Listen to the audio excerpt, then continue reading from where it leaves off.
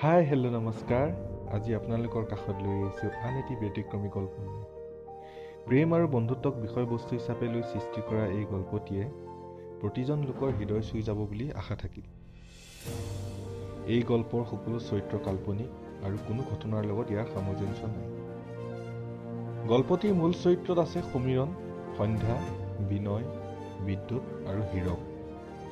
আশা কৰোঁ আপোনালোকে গল্পটি ভাল পাব। আহক এতিয়া আমি গল্পটিৰ মাজলৈ যাওঁ। হঠাৎ ফোনটো বাজি উঠিল। সমীৰণৰ ঘৰৰ সকলো যেন ফোনটোৰ অপেক্ষাতহে ৰৈ আছিল। সমীৰণৰ মাকে ফোনটো উঠালে। দেউতাকে সিটো ফালৰ পৰা ক'লে, বাবাই ডিষ্টিংশ্যন পাইছে 5টা বিষয়ত লেটাৰ লৈ। মাকে কথাটো শুনি জাপ মাৰি উঠিল। ঘৰত উদুলি মুদুলি পৰিৱেশৰ সৃষ্টি হ'ল। ঘৰত খবৰ ল'ব অহা মানুহৰ লানি নিচিঙা ভিৰ। বেচেৰা সমীৰণে যেন ভালকে খবৰটো হজমেই কৰিব পৰা নাছিল। মানুহৰ চুমা আৰু চিকুটৰ কোবত সমীৰণৰ গান উখহি পৰিল। সমীৰণ গাঁৱৰ এটা মধ্যবিত্ত পৰিয়ালৰ ল'ৰা। সহজ সৰল বুধা সমীৰণ পঢ়া শুনাৰ বাহিৰৰ পৃথিৱীখনৰ লগত একো সংযোগেই নাছিল। সমীৰণৰ আগত যেন এতিয়া এক ডাঙৰ প্ৰত্যাহ্বান, ঘৰ এৰি চহৰত গৈ পঢ়া। দেউতাকে বিচাৰে সি যাতে চহৰৰ এখন আগশাৰী মহাবিদ্যালয়ত নামভৰ্তি কৰে। দেউতাকৰ এই কথা শুনিলেই যেন সমীৰণৰ বুকুত শোকে ঠাহ মাৰি ধৰে।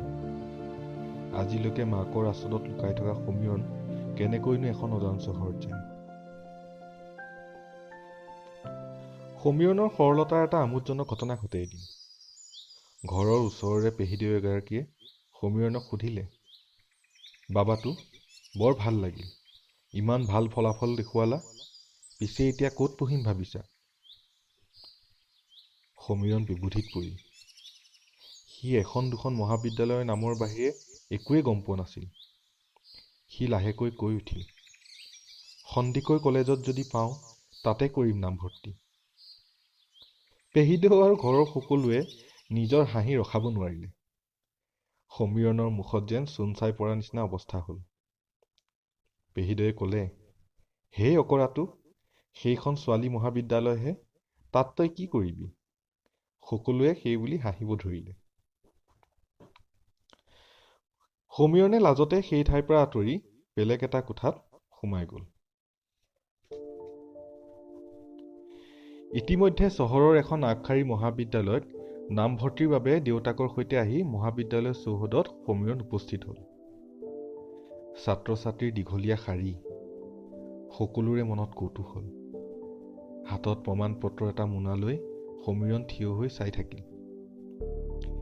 অৱশেষত সমীৰণৰ নাম আহিল। শাৰীত থিয় হৈ সমীৰণে নামভৰ্তিৰ কাৰণে যাৱতীয় নথি পত্ৰ পৰীক্ষণ কৰাই আছে। হঠাৎ সমীৰণৰ পিঠিত কোনোবাই খুচি থকা অনুভৱ কৰিলে।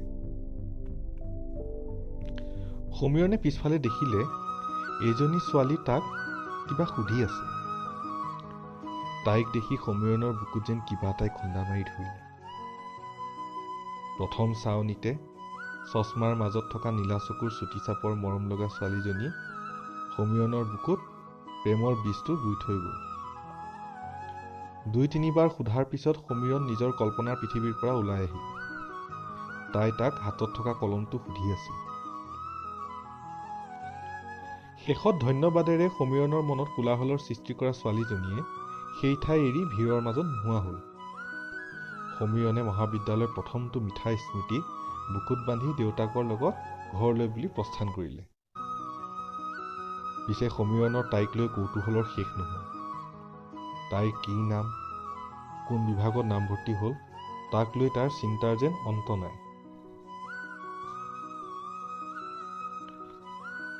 অৱশেষত সমীৰণৰ ঘৰ এৰাৰ দিন চমু চাপিল।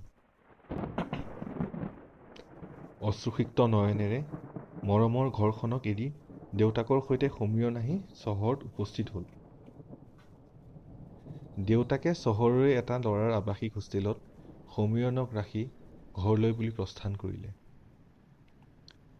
চহৰীয়া ব্যস্ত জীৱন আৰু লাভবিলাসক যেন সমীৰণে সহজে আঁকোৱালি ল'ব পৰা নাছিল।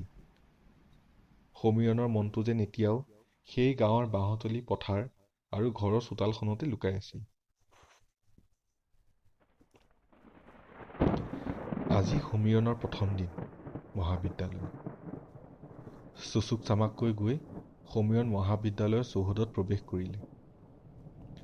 চহলীয়া ল'ৰা ছোৱালীৰ আচাৰ ব্যৱহাৰ পোছাক দেখি সমীৰণে হীনমন্যতাত ভুগিলে।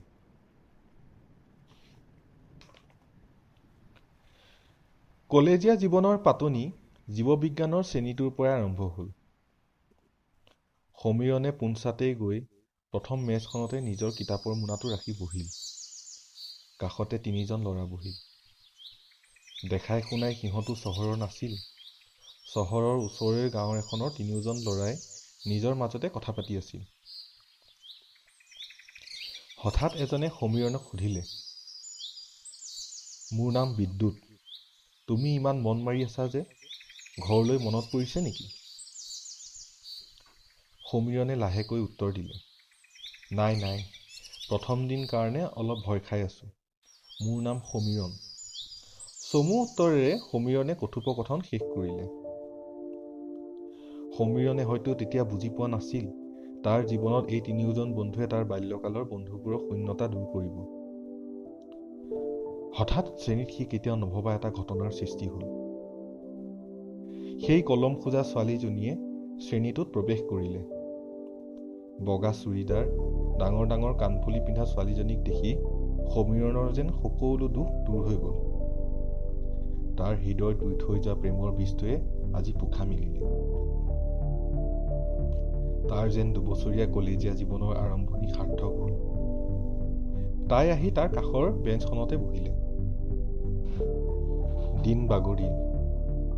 সমীৰণৰ 3জন বন্ধু ক্ৰমে বিদ্যুৎ, হীৰক আৰু বিনয়ৰ লগত ঘনিষ্ঠতা বাঢ়িল।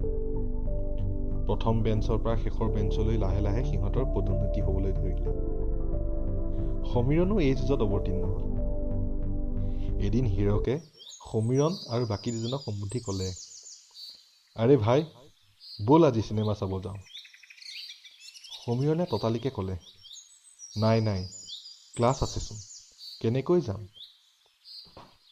হীৰকে ক'লে, আৰে ভাই, এদিন ক্লাছ ক্ষতি হ'লে একো পাহাৰ ভাঙি নপৰে। যাম আৰু আহিম, এনেও পিছবেলাৰ ক্লাছকেইটালৈকে আমি আহি পাম। এনেকৈ সমীৰণো কলেজীয়া জীৱনৰ অভিজ্ঞতাবোৰৰ লগত সাঙুৰ খাই পৰিল। শ্ৰেণীৰ পৰা পলোৱা, নিজৰ বন্ধুৰ হৈ উপস্থিতি দিয়া, এইবোৰত যেন সমীৰণো পিছ পৰি নাথাকিল। পিছে সমীৰণৰ প্ৰেমৰ পুলিটো দিনক দিনে বাঢ়িব ধৰিলে। কিন্তু সহজ সৰল সমীৰণ এবাৰো তাইৰ কাষহে চাপিব সাহস নকৰিলে। সন্ধ্যা চহৰৰে বাসিন্দা। সৰুৰ পৰা ইয়াতে ডাঙৰ দীঘল হোৱা সন্ধ্যাই স্কুলীয়া জীৱন চহৰৰ এখন প্ৰসিদ্ধ বিদ্যালয়ৰ পৰা কৰিছিল। ইংৰাজী ভাষাত খুব সুললিল সন্ধ্যাৰ বেশভূষা আৰু আচাৰ ব্যৱহাৰে চুম্বকৰ দৰে সমীৰণক আকৰ্ষণ কৰিছিল। পিছে গাঁৱৰ পৰা অহা সমীৰণে তাইৰ কাষ চাপিবলৈহে সদায় কুণ্ঠাবোধ কৰিছিল। কিজানি তাইৰ কাষত থকা চহৰীয়া বন্ধুবৰ্গৰ আগত তাৰ সন্মানহানি, কিজানি তাই তাক অপমান কৰি দিয়ে, এনে বহু চিন্তাই সমীৰণক তাইৰ পৰা নিলগত ৰাখিছিল। হীৰক, বিদ্যুৎ আৰু বিনয়ে লাহে লাহে সমীৰণৰ হৃদয়ক বুজিব আৰম্ভ কৰিলে। সিহঁতেও তাক নানান হাঁহি টিপ্পনীৰে জোকাব আৰম্ভ কৰিলে। এদিন তিনিও এখন বেঞ্চত বহি আছিল। সমীৰণৰ আকৌ ঠাইখিনি স্থিৰ। কাৰণটো নিশ্চয় অনুমান কৰিব পাৰিছেই। হঠাৎ হীৰকে অলপ ফূৰ্তি লওঁ বুলি সমীৰণক ক'লে, ঐ সমীৰণ, আজি তোৰ ঠাইত মই বহিম, তই এইফালে আহ। সমীৰণে পোনছাতেই অস্বীকাৰ কৰি ক'লে, নাই নাই, নোৱাৰো, এইটো মোৰ ঠাই। বিদ্যুতে লাহেকৈ কৈ উঠিল, আমাৰ সমীৰণে দূৰৰ পৰাই সন্ধ্যা চাই থাকোঁতেই যাব। পিছে কালি সন্ধ্যাক এটা ল'ৰাৰ লগত কেণ্টিনত কথা পাতি থকা দেখিছিলোঁ। ভাৱ-ভংগী দেখি ঘটনাটো গম্ভীৰ যেনেই লাগিছে। সমীৰণে কৌতূহল হৈ বিদ্যুতক বাৰ বাৰ তাইৰ কথা সুধিব আৰম্ভ কৰিলে। বিনয়ে কৈ উঠিল হঠাৎ, সমীৰণ, তুমি যদি কোৱা আজি আবেলি তাক উঠাই লৈ আহোঁ। আমাৰ বৌৰ লগত কোনোবাই খেলি মেলি কৰিব আৰু আমি চাই থাকিম। এনেকৈয়ে তিনিও সমীৰণৰ প্ৰেমক লৈ হাঁহি খুৰাক ল'লে।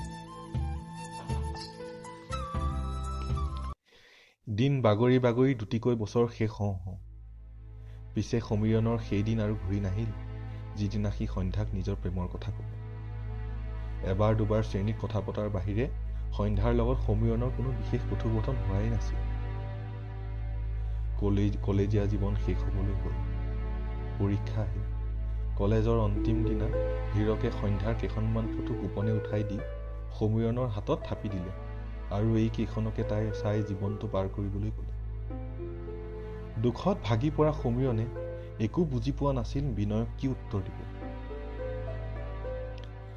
বিনয়ে সমীৰণৰ দুখ দেখি পিছদিনা তাইৰ লগত লগ কৰাই দিয়াৰ বাবে যোজা কৰিলে। বিনয়ৰ লগত তাইৰ ভাল বন্ধুত্ব আছিল। বিনয়ে তাইক সি লগ ধৰিব বিচৰাৰ বিষয়ে ক'লে। কথামতেই সমীৰণ পিছদিনা মহাবিদ্যালয়ৰ গেটৰ সন্মুখতে ৰুই থাকিল। পিছে সন্ধ্যা নাহিল। সন্ধ্যাই হয়তো তাৰ প্ৰেমৰ গভীৰতাক বাকীবোৰ ল'ৰাৰ লগত তুলনা কৰি বেছি গুৰুত্ব নিদিলে। সমীৰণ আৰু সন্ধ্যাৰ দূৰত্ব বাঢ়িল। দুয়ো ভিন্ন দুখন মহাবিদ্যালয়ত নামভৰ্তি কৰিলে। সমীৰণে এখন প্ৰসিদ্ধ বিশ্ববিদ্যালয়ত স্নাতক ডিগ্ৰীৰ বাবে নামভৰ্তি কৰে। চকুৰ আঁতৰ হ'লেও মনৰ আঁতৰো হয়। পিছে এই প্ৰেমৰ যে এয়াই শেষ নাছিল, ই আছিল এক আৰম্ভণিহে। এই প্ৰেমে কেনেকৈ সমীৰণৰ জীৱনত ধুমুহা সৃষ্টি কৰিব, তাক লৈ আহিম এই গল্পৰ দ্বিতীয় খণ্ডত।